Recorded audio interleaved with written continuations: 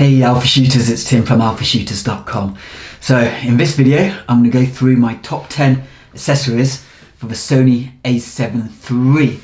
But before I jump into those, please do check down in the description field or the pinned comment, and there you're going to find a link to my Sony A7 III accessories guide, which includes links to the top 10 accessories I'm going to go through now, and also many more accessories for the A7 III.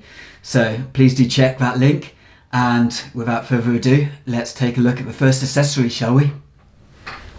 So one of the first accessories I'm going to recommend for the Sony A7 III is the Sony PCK LG1 glass screen protector.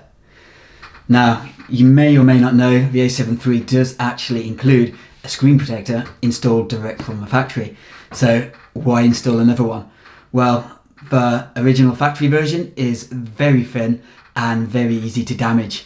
Therefore, I recommend installing the PCK LG1 simply over the top of the original screen protector, and you'll find it doesn't interfere or hinder in any way the touch functionality of that rear LCD. Operations such as touch to focus, they still work perfectly with the screen protector installed. Now, the PCK LG1 is actually badged on the box as the screen protector for the A9, A7R2, A7 II, A7S2. It doesn't actually mention the A7 III. However, if you check on Sony's website, you'll find that it is fully supported with the Sony A7 III. So that's the Sony PCK LG1 glass screen protector. So the second accessory I'm going to recommend is a Rocket Air Blaster. This particular one is by a company called Giottos. I think that's pronounced correctly, I could be wrong. Either way, this is the large version. Now this is absolutely brilliant for blowing dust off your lens, dust off your sensor, dust out of your EVF, dust off filters, keeping you cool while you're doing YouTube videos. It's an absolutely brilliant device, and I actually only discovered it a couple of years ago, and now I don't know how I would actually live without it. So I always have one of these in my gear bags, and I always have one lying around home somewhere. They're absolutely invaluable. So that's the Rocket Air Blaster. This particular one is by a company called Giottos, and it's the large version. Right, so the third accessory I'm going to recommend for the A7 III is a grip extension. So as you know, the grip on the A7 III isn't the largest, and often your little finger can quite easily fall over the edge of the camera, which makes holding it not particularly comfortable at times. And therefore there's a number of grip extension options on the market, and one of those is a grip extension called the Lean-On Gecko LB3, which is this grip extension that you can hopefully see here.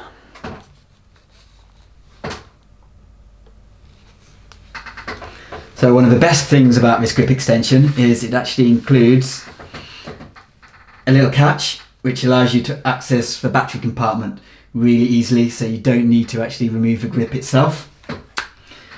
It also includes an Arca Swiss plate for mounting to tripod heads, and there's also an additional product which you can buy called the Lean-On LB2, which you can attach to the side of the LB3 and actually turn it into a very useful L bracket. Now, unfortunately, this grip extension is quite difficult to get hold of right now. Therefore, I'm also going to recommend another grip extension, which is the Mikey MK-X1 EM grip extension, which hopefully you can see here.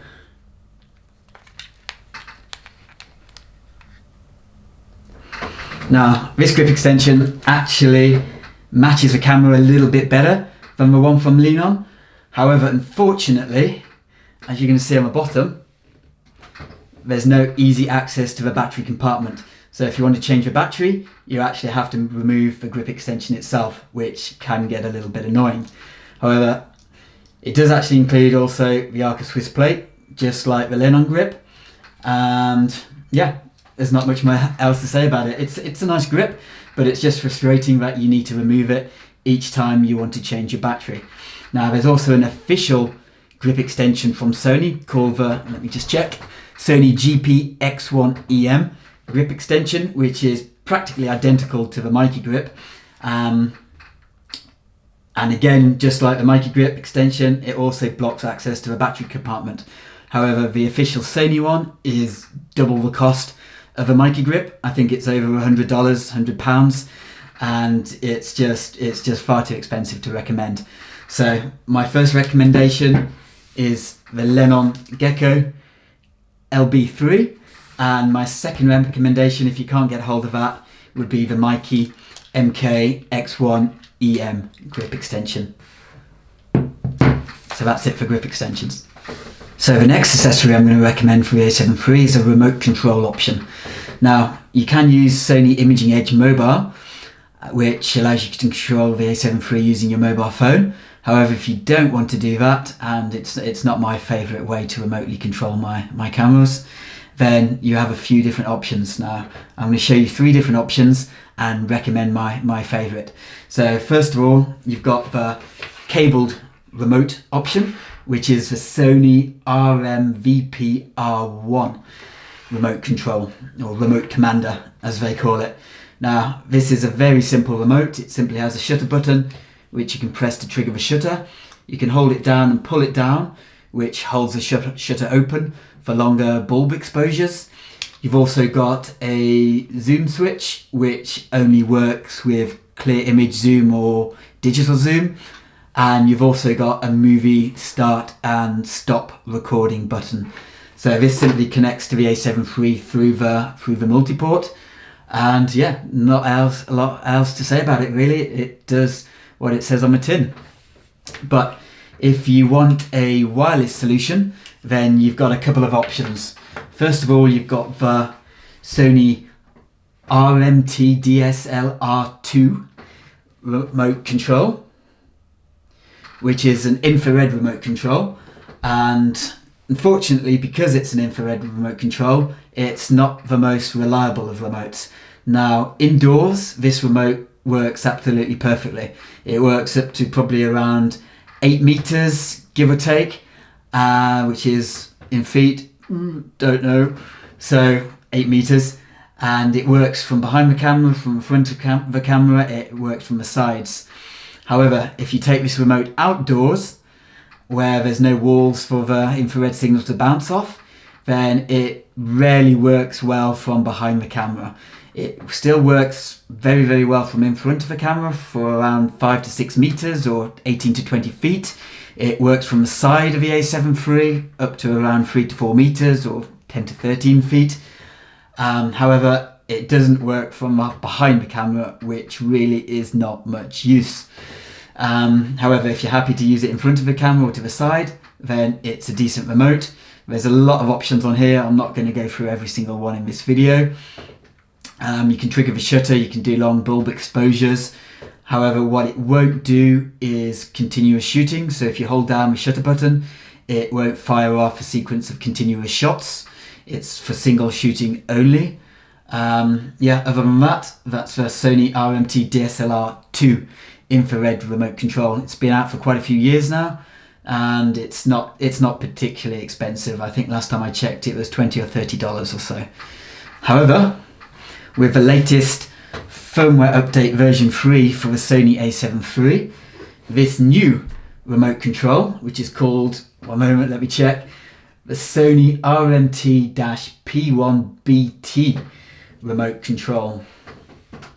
Now, this is a Bluetooth remote control. It's only just become available, and it works a hell of a lot better than the older infrared remote.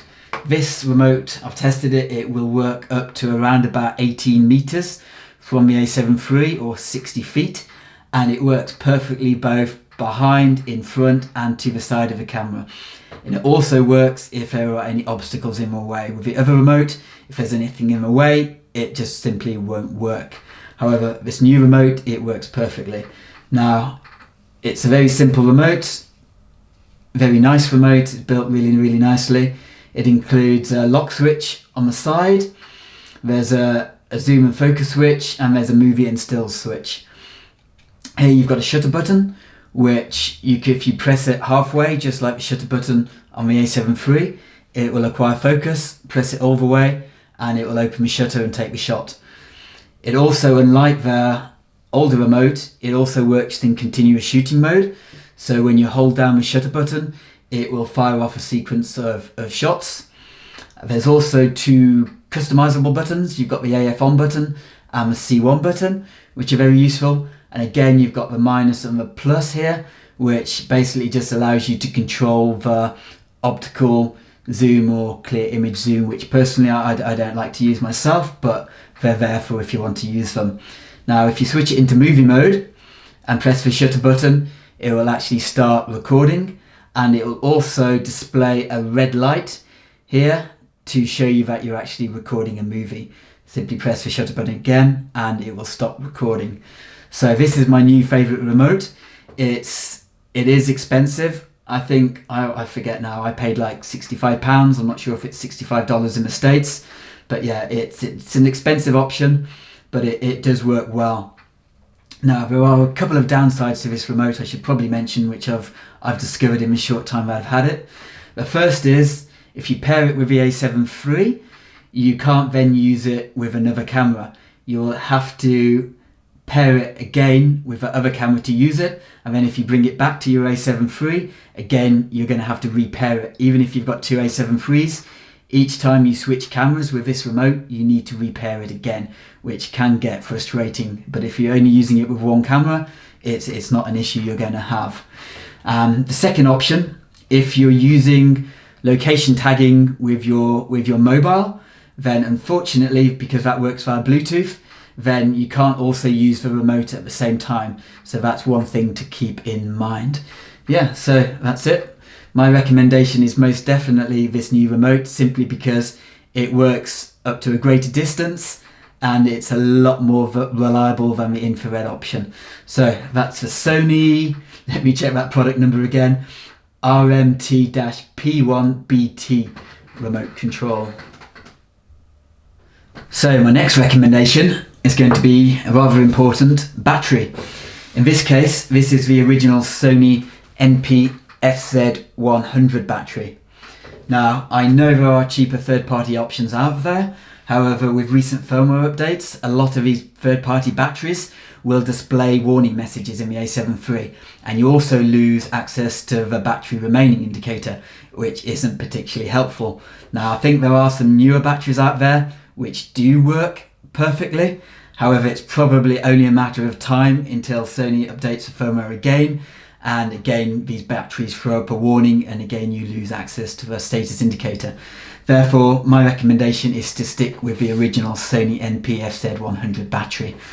Now, in regards to chargers, there's a few options out there, and as you know, unfortunately the A7 III does not come with a wall charger.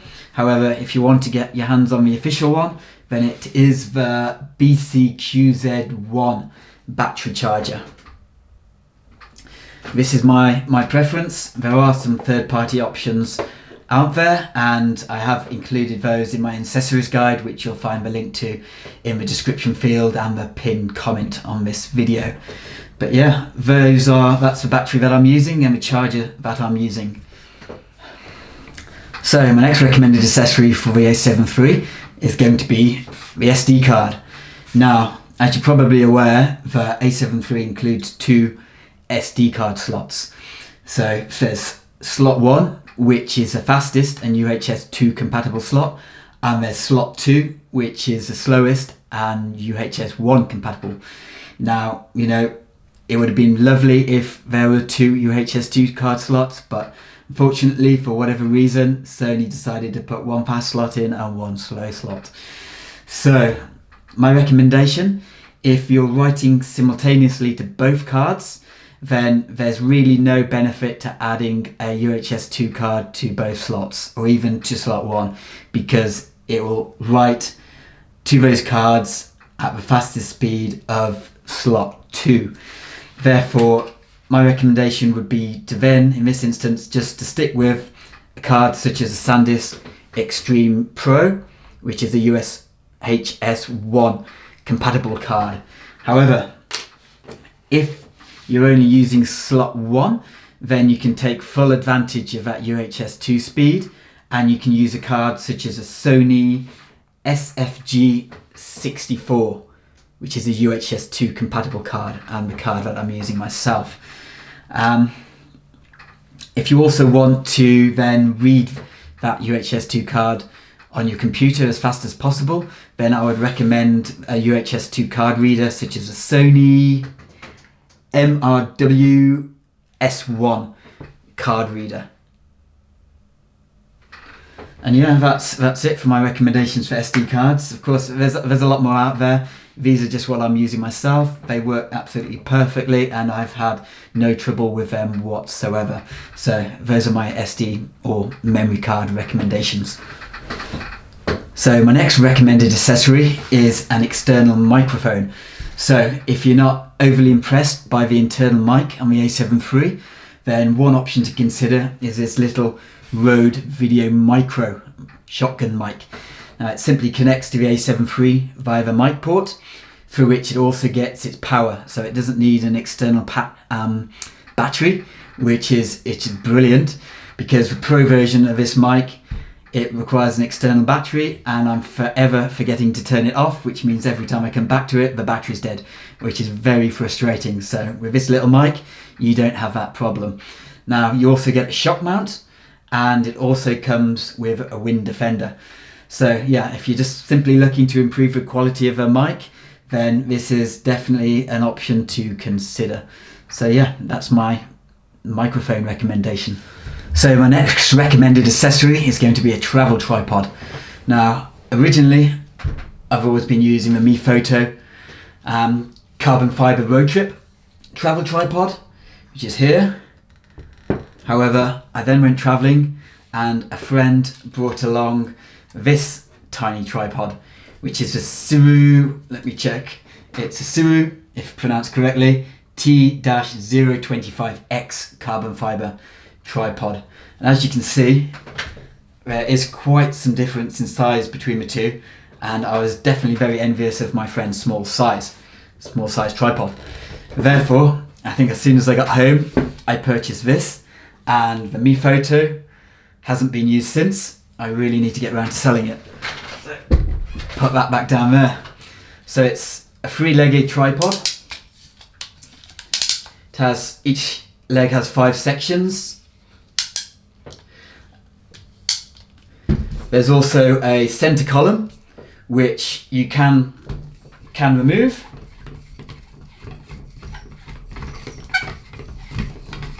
I'll get there eventually. And you can also attach the ball head that it comes with directly to tripod like so, which allows you to really get down low. I think as little as something like, maybe, give or take, 15 centimeters to the top of a ball head when you go down that low. Now, if you fully extend the legs, I've written it down here because I can't remember, then it will extend to a maximum of 130 centimeters with the center column attached. If you remove the center column, then it will drop down to 95 centimeters. So it's certainly not the tallest travel tripod in the world. So you do pay for that by going for the smaller size. You do sacrifice some height. However, it's fairly sturdy. There's also a handy hook underneath, so you can hang a bag off it or some weights to add some additional stability. But really, the best thing about this tripod is its size. It's absolutely tiny, and it folds down to something like, again, I've written it down, where is it, 34 centimeters. So it really is a very, very small tripod, and I think it weighs something like just under 1 kilo or around about 2 pounds. Unfortunately, this tripod no longer seems to be available in the US. However, there does appear to be a replacement. Apologies for my dog Frank barking in the background. And the replacement appears to be the Suru T-025SK carbon fiber tripod. So if you're looking to purchase this, you will instead need to look for a T-025SK. But yeah, I've had this now for a couple of years, and really it is a brilliant travel tripod. It's light, it's small, it's compact, it's stable enough, And yeah, it's just an all-round great tripod that I can drop it in my rucksack, even internally in my rucksack, and it uses up very little space. So yeah, that's my travel tripod recommendation. And the next product I'm going to recommend for the Sony A7 III is a wrist strap. But I'm actually also going to recommend one more product, and that is a shoulder and neck strap as well. But first of all, the wrist strap. And this is a wrist strap from a company called Peak Design, and this is their cuff wrist strap. Now it's really well made, super tough. It features a magnetic clasp, so you simply attach it to your wrist like so, pull it like this, and you'll find it's not going anywhere. To release it, you simply hold the magnetic clasp, twist your wrist, take your hand out. Now to attach it to the A7 III, it uses what Peak Design calls their anchor system, which are these little guys here. You simply clip it in and it's attached. And all being well, that's not going anywhere. As you can see, it's very tough and very sturdy. So that's a Peak Design cuff wrist strap. It's also available in ash grey, I believe, which is this colour here. So if you don't like black, you have another option as well.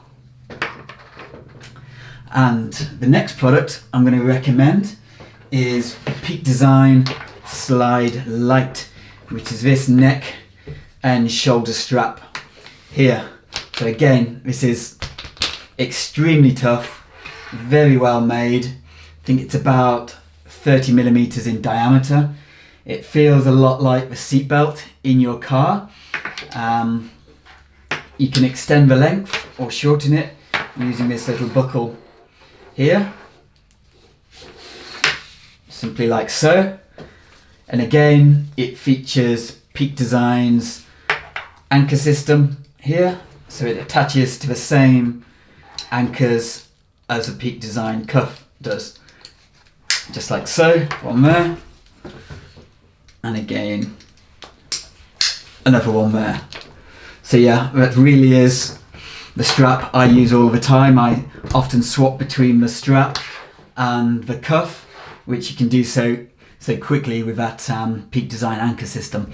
Now there is one other Peak Design product that I'll recommend, and this is what they call their Peak Design Slide, which is a bigger version than the light version. I think this is about 45mm in diameter. Since I've bought the light version, I don't actually use this anymore, and I find it to be completely overkill for a camera like the A7 III, and even with a heavy lens like the 70-200 GM or the 1-400 GM, I can comfortably use the light strap, and I no longer really make use of this full-sized one. So those are my two recommendations: the Peak Design Slide Light and the Peak Design Cuff wrist strap. So the next accessory I'm going to recommend for the Sony A7 III is a case, and in this case it's the Low Pro Adventura TLZ30 Mark II case. It's a great case. It's got reasonable padding. You've got a couple of side pockets. You've got a couple of anchors for attaching a strap, which I don't use personally. I generally just drop this case inside of a larger rucksack. It's got one main compartment, a little handle as well on the top, and inside you're going to find in the lid there's one little pocket here. There's another little pocket where you could put an SD card if you wanted to, and inside of course I've got the A7 III, and in this instance it's got the 24 to, no, I'm lying, it's got the FE 16-35 f4 lens attached. As you can see with this lens, it fits comfortably. There's good little bit of room left over, and I've tried it with a few different lenses that I own. I've written them down here to let you know exactly how they fit. So with the FE 24-70 f4 from Sony, it's a comfortable fit. With 16-35 f4, again, like you can see here, it's a comfortable fit. 24 GM, comfortable fit. 85 1.8, it's a comfortable fit. With the 16-35 GM, it's a very tight fit. It fits, but it is very tight.